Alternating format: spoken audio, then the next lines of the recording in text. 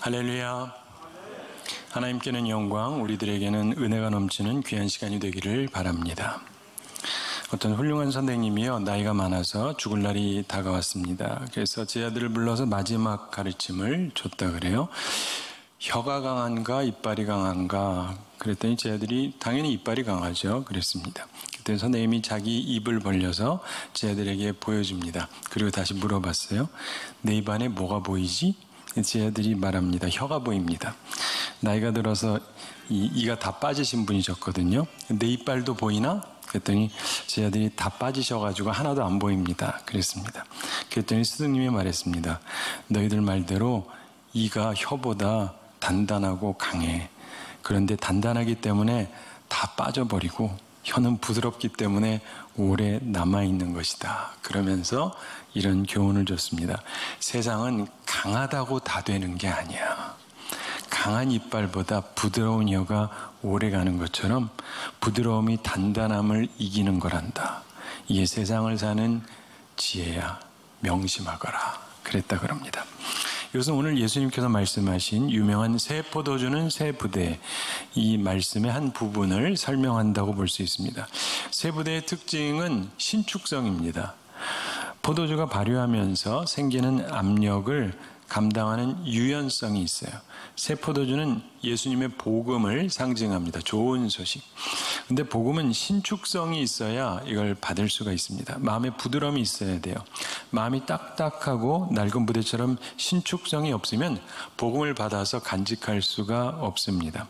사랑하는 성도 여러분, 무엇보다도 마음이 부드러운 신축성을 가진 사람들이 다 되시기 바랍니다. 그래서 세상을 지혜롭게 살아가시고 복음, 좋은 소식을 받기에 합당한 복된 마음을 가진 사람들이 다 되시기 바랍니다. 오늘은 신구약에서 금식에 관해서 주시는 교훈의 말씀이 나옵니다. 신앙생활에서 가장 존경받는 부분으로 이스라엘 사람들은 세 가지를 꼽았습니다. 구제, 기도, 금식, 이 세 개를 꼽았어요. 참고로 이들은 전도는 꼽지 않았습니다. 전도, 선교 이런 건 안 꼽았어요.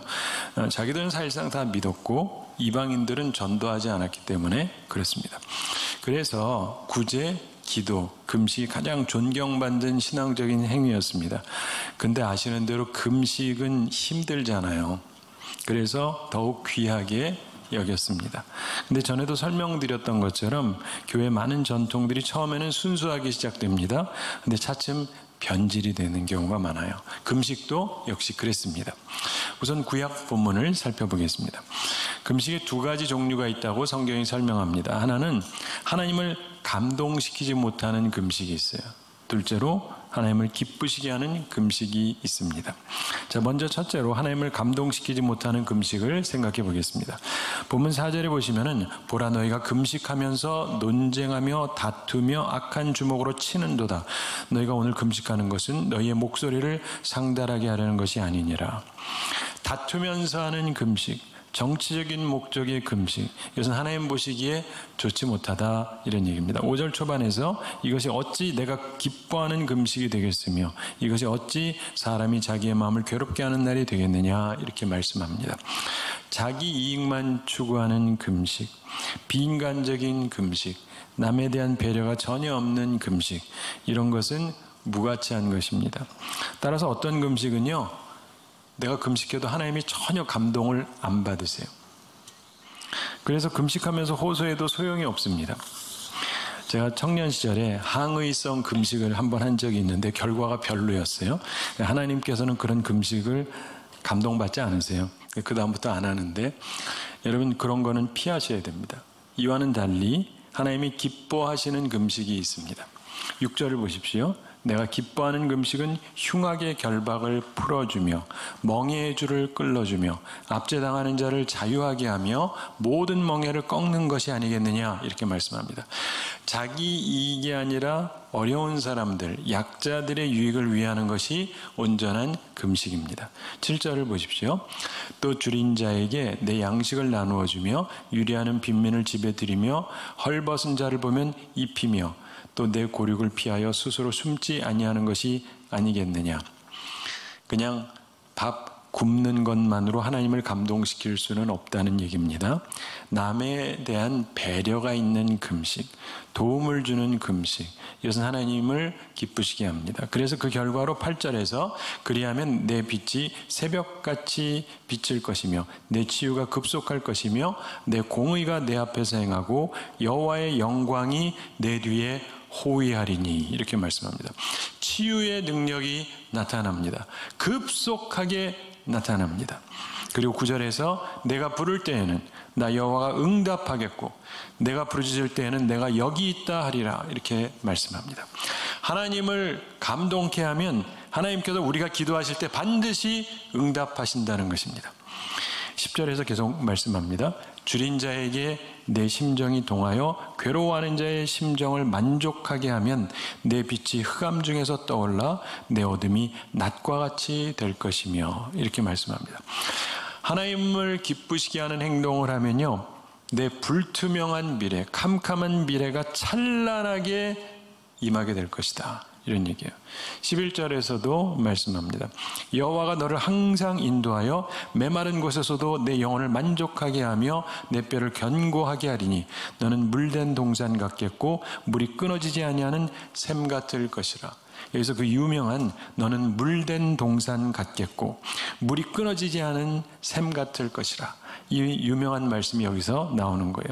하나님을 감동시키면 하나님께서 항상 인도하시고 환경이 아주 나쁜 메마른 곳에서도 만족하게 해주시겠다, 그리고 끊어지지 않는 은혜를 공급해 주시겠다 하는 약속의 말씀이에요. 사랑하는 성도 여러분, 금식을 해도 하나님을 감동시키지 못하는 금식이 있고 하나님을 기쁘시게 하는 금식이 있는 것입니다. 마찬가지로 우리가 하는 모든 신앙적인 일이 다 그래요. 찬양을 해도 하나님을 감동시키지 못할 수도 있고, 기도를 해도 하나님을 감동시키지 못할 수 있고, 구제를 해도, 헌금을 해도 하나님을 감동시키지 못할 수가 있다는 것입니다. 우리 속에 다투는 마음으로 한다면, 정치적 목적으로 한다면 하나님께서 감동받지 않으십니다. 바로 이런 기본적인 이해를 가지고 오늘 신약의 말씀을 보면서 보다 깊은 교훈과 깨달음을 얻게 되기를 바랍니다. 예수님께서는요, 금식을 조금 더 고차원적인 이해로 이끌어 가세요. 낡은 부대하고 새 부대로 설명을 하십니다. 우리의 마음과 생각이 낡은 부대인가 아니면 새 부대인가, 이게 중요하다, 이런 말씀이에요. 오늘 신약 본문 말씀을 이해하기 위해서 본문 앞에 나오는 부분을 잠시 생각해 볼 필요가 있습니다. 마태복음 5, 6, 7장, 거기서 예수님의 교훈의 정수인 산상수훈의 말씀이 나옵니다. 그리고 그 다음 장 마태복음 8장에서 주로 여러 가지 기적들, 병 고치시는 것, 귀신 쫓아내는 것, 바람을 잔잔케 하신 것, 이런 내용들이 쭉 나옵니다. 그리고 본문이 있는 마태복음 9장에서도 여러 기적을 행하시는 장면이 나옵니다. 그런데 조금 달라지는 게 있어요. 예수님에 대한 반대가 보이기 시작을 해요. 가다라 지방에서 사람들이 자기 이익에 반대가 되니까 예수님을 배척합니다. 그런 것처럼 예수님에 대한 배척의 조짐이 생기기 시작을 합니다. 우리는 여기서 하나님의 일을 하는 데에도 반대가 따른다는 것을 보게 됩니다. 이 낡은 부대 같은 마음은요, 예수님을 배척해요. 예수님인데. 그리고 새 부대 같은 마음은 예수님을 영접합니다. 특별히 9장 본문 앞과 본문에서 우리는 세 가지 예수님의 모습을 보게 돼요. 낡은 부대는 그걸 배척을 하고, 새 부대는 그 부분들을 다 영접을 합니다. 어떤 부분이냐? 첫째로 예수님은 죄사함의 권세를 가진 하나님의 아들이라는 사실입니다. 이것은 9장 1절부터 8절에서 예수님께서 중풍병자 고치시는 내용에서 보게 됩니다. 예수님께서 병을 고치시기 전에 이 사람의 죄를 용서하시고 병을 고쳐주십니다. 여기서 이 성령의 감동으로 기록된 이 성경 말씀이 우리에게 이야기하려는 바가 무엇입니까? 죄 사함의 권세를 말하는 것입니다.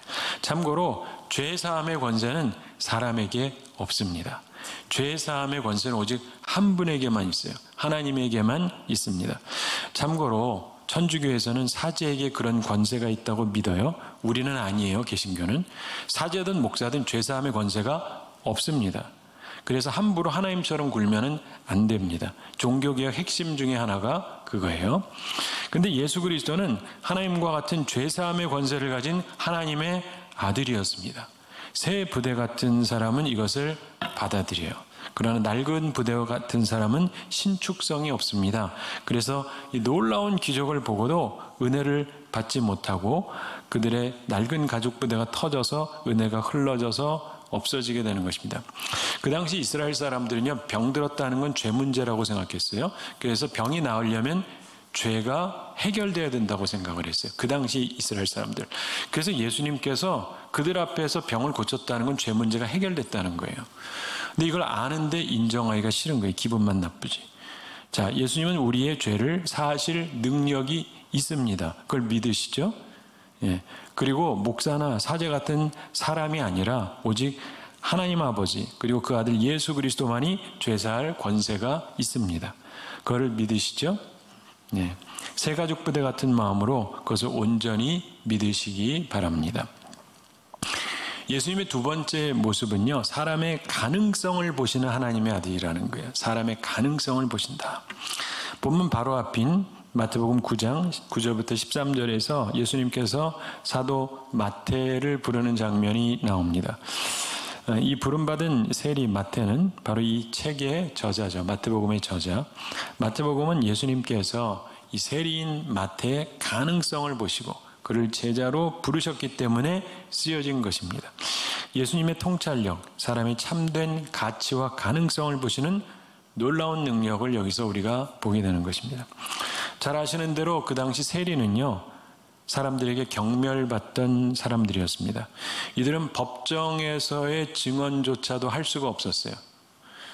조국의 정복자에게 아부해서 돈을 모았기 때문입니다. 예수님께서는 모든 사람이 미워하는 세리 마태를 그런데 부르셨어요. 왜냐? 예수님은 인간의 장래의 가능성을 보시는 분이었기 때문입니다. 그렇다고 모든 세리를 다 부르신 건 아니에요. 낡은 부대 같은 사람들은 그걸 보면서 시험에 들었어요.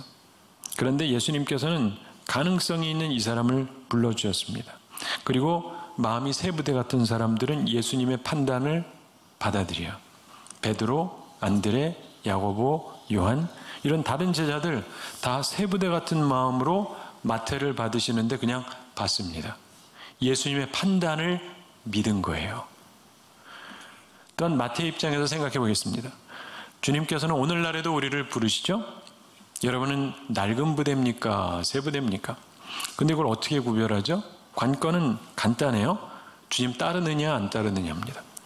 우리 인생은요, 남보다 더 죄 많이 졌느냐 혹은 남보다 더 의로우냐 이게 관건이 아니고요.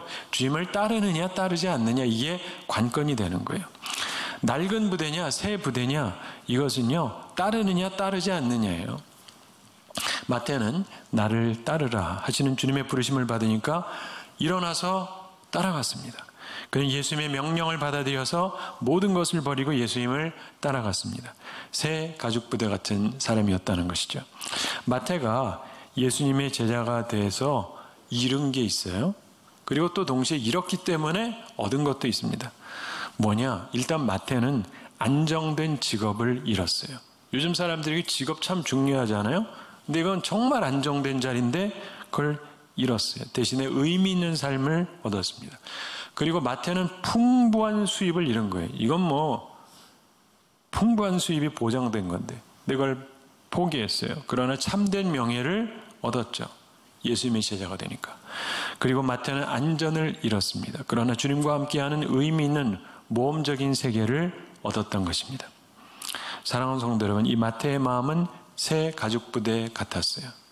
여러분 보통 보면 이 따라갈 거 당연하다라고 생각하겠지만 오늘날에 돈 많고 권력 있는 자리에 있는 사람들이 예수님이 부른다고 다 놓고 나와요? 아니잖아요. 이 마태를 가볍게 보지 마세요.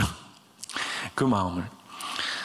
자, 과거가 중요한 게 아니에요. 중요한 건 어떤 마음을 가졌느냐. 이게 주님 보시기에는 중요한 거예요. 사랑하는 성도 여러분, 여러분은 어떤 마음을 가지셨습니까? 나를 따르라 하는 부르심에 일어나서 따르는 새 부대 같은 사람들이 꼭 되시기를 바랍니다. 이 마태는 새 가죽 부대 같은 마음을 가진 사람이니까 나를 따르라. 이 주님의 말씀, 주님의 그 사랑, 이 새 포도주 같은 이 복음, 이걸 마음에 담아서 은혜를 간직할 수 있었던 거예요. 바라기는 가능성을 보시고 부르시는 주님의 부르심, 그 판단을 존중하고 믿으시기 바랍니다. 그리고 주님 앞에 새 가죽 부대와 같은 마음으로 신축성 있게 응답하시고 따르는, 주님을 따라 복된 길을 걸어가는 우리 모두가 되기를 바랍니다. 예수님의 세 번째 모습은, 예수님은 잔치와 즐거움을 좋아하시는 하나님의 아들이라는 거예요. 좀 이상하게 들리시겠지만 이거 굉장히 중요해요. 잔치와 즐거움을 좋아하시는 하나님의 아들이시다. 이게 본문 바로 앞인 10절부터 13절, 그리고 오늘 본문을 통해서 배우는 교훈입니다. 10절을 보면 마태의 집에서 잔치가 벌어집니다. 아마도 마태의 성별잔치였던 것 같아요. 옛 생활을 버리고 새 삶을 살겠다는 것을 모두에게 표명하는 것이었을 것입니다. 그런데 바리새인들은 그걸 보면서 결점을 찾고 흠을 찾아서 비판하는데 관심이 집중돼 있었습니다. 그리고 예수님의 흠을 잡으려고 했었죠. 그리고 오늘 본문에서도 금식을 하지 않는다고 묻는 세례 요한의 제자들의 이야기가 나옵니다. 여러분, 세례 요한의 제자들은 그래도 훌륭한 사람들이잖아요. 근데 이들에게도 문제가 있었다는 거예요. 바리새인들과 세례 요한의 제자들은 자주 금식을 했습니다. 일주일에 보통 이틀을 금식했어요. 매우 자주 하는 거죠. 꽤 대단한 것이면 틀림없습니다. 그런데 예수님께서 아주 특이한 비유를 말씀하십니다. 오늘 세 가지 비유를 말씀하는데 그 첫 비유가 본문 15절 중반에 보시면 혼인집 손님들이 신랑과 함께 있을 동안에 슬퍼할 수 있느냐, 이렇게 반문하십니다. 흔히 예수님은 신랑, 교회는 신부, 이렇게 비유가 되죠. 그런데 예수님께서는 잔치와 즐거움을 말씀하시는 거예요. 사실상 요즘 새롭게 대두되는 중요한 신학적 고찰 중에 하나가, 예수님의 사역에서 가장 중요한 것 중에 하나가 식탁 사역이었다는 거예요. 예수님께서 음식 잘 드시고 즐거워하셨습니다. 많은 경우 십자가의 고난만이 강조가 되는데, 실상 예수님은 죽으신 건 한 번이고 3년 사역 속에서 잔치와 즐거움이 항상 있으셨어요. 예수님과 함께 있는 것은 기쁨이 되는 거예요. 예수님의 임재는 우리에게 순수한 감격을 주는 것입니다. 예수님은 우리와 함께 기뻐하세요. 그리고 우리에게 행복을 주기를 원하세요. 항상 기뻐하라. 이게 우리를 향하신 하나님의 뜻이잖아요. 그리고 우리를 인도하시려고 하는 천국이 어떤 곳이에요? 영원한 기쁨, 영원한 잔치가 있는 곳이잖아요. 사랑하는 성도 여러분, 물론 우리가 때로 금식해야 될 때가 있죠. 그러나 근본적으로 우리는 기쁨의 삶을 살아야 하는 것입니다. 주 안에서 항상 기뻐하라. 이게 우리를 향하신 하나님의 뜻입니다. 예수님의 제자들은 새 가죽 부대 같은 마음을 가졌어요. 그래서 기뻐할 수 있었습니다. 즐거웠어요. 그러나 낡은 가죽 부대와 같은 마음을 가진 세례 요한의 제자들은 꽤 훌륭한 믿음의 사람들인 것 같지만 기쁨이 하나도 없어요. 신앙생활 참 열심히 하는데 참 헌신적인데 기쁨이 하나도 없어요. 소위 믿음 좋은 사람들인데 기쁨이 없었습니다. 제가 예전에 미국에 갔을 때 성악을 배울 때 우리 그 선생님이 저한테 한 가지 도전적인 얘기를 해서 제 생각이 다 뒤바뀌었어요. 한국에 있을 때는 프로는 그냥 무조건 잘 불러야 된다 이렇게 배웠는데 그 선생님이 저한테 그래요. 노래 왜 부르냐요? 그렇게 부르면 안 기쁠 텐데. 아니 프로가 뭐 기쁜 게 중요합니까? 잘 부르는 게 중요하지. 근데 그분이 그래요. 평생을 그러고 살겠냐고. 평생 할 일인데 즐겁게 해야지. 나 한국에서는 한 번도 못 들어보던 얘기예요. 내 인생이 다 뒤바뀌었어요. 완전히 바뀌었어요. 사랑하는 성도 여러분, 예수님은요 우리에게 기쁨의 소식을 주시는 분입니다. 그걸 믿으시기 바랍니다. 마음이 낡은 가죽 부대같이 살지 마세요. 옛 생각에 젖어서 기쁨 없이 살지 마세요. 신축성이 없는 마음은요 기쁨을 줘도 다 쏟아버려요. 그런 어리석은 사람이 되지 마세요. 교회는 다니는데 유연성이 없기 때문에 복음, 좋은 소식이 하나도 없는 이런 삶은 진짜 슬픈 삶이에요. 바라기는 우리가 기쁨의 소식을 받아서 잔치와 즐거움을 주시는 주님의 행복 속에 거하는 우리 모두가 되기를 바랍니다. 결론적으로 생각할 것이 있습니다. 본문 16절에서 두 번째 비유를 말씀합니다. 생배 조각을 낡은 옷에 붙이는 자가 없나니 이는 기운 것이 그 옷을 당기어 헤어짐이 더하게 되며 낡은 것을 새 조각과 함께 기우면 낡은 것을 버리게 된다는 설명이에요. 해보신 분은 아시겠습니다만은 진짜 이상해요. 낡아서 좋은 걸 갖다 붙이면 괜찮을 것 같은데 이게 오히려 망가져요. 서로 맞지가 않는 거예요. 그러니까 무조건 조합하려고 한다고 해봤자 문제만 더 커지는 거예요. 그러니까 어떤 건 버릴 건 그냥 버려야 되는 거예요. 그러면서 본문 17절에서 말씀하죠. 새 포도주를 낡은 가죽 부대에 넣지 아니하나니 그렇게 하면 부대가 터져 포도주도 쏟아지고 부대도 버리게 됨이라. 새 포도주는 새 부대에 넣어야 둘이 다 보존되느니라. 자, 새 포도주는 발효되지 않은 거죠. 그래서 새 포도주를 넣으면 가스가 생깁니다. 그래서 가죽 부대에 압력을 줘요. 새 가죽 부대는 그래도 신축성이 많아요. 그래서 부대에 압력이 가해져도 손상이 되질 않습니다. 반면에 낡은 가죽 부대는 굳어졌어요. 신축성을 잃어버렸어요. 그래서 새 포도주를 넣어버리면 발효하면서 생기는 가스의 압력을 견디지를 못해요. 그래서 터지고 맙니다. 사랑하는 성도 여러분, 근데 역사를 보면은요, 예수님의 말씀을 따라야 될 교회가, 복음, 좋은 소식으로 넘쳐나고 항상 기뻐해야 될 교회가 생각보다 자주 옛것에 집착했던 경우가 많아요. 사랑하는 성도 여러분, 말씀 결론 맺습니다. 우리의 마음은 하나님의 말씀, 은혜를 포용하고 받아들이는데 충분한 신축성이 있어야 돼요. 여러분, 예전에 철도가 처음 생길 때요, 논란이 꽤 많았답니다. 그리고 자동차가 생길 때도 논란이 꽤 많았다 그래요. 비행기가 등장할 때도 여러 가지 논란이 많았답니다. 사람이 뭐 새냐 날아간다 그러고 그랬대요. 의학계에서요, 마취약을 가지고 외과 수술을 하는 거 이거 도입할 때도 역시 처음에 반대자가 굉장히 많았대요. 재우려다가 죽으면 어쩌려냐. 뭐 일리가 있다면 있지만 여러분, 요즘에 비가 오면 전부 우산 쓰시죠? 네. 저도 씁니다.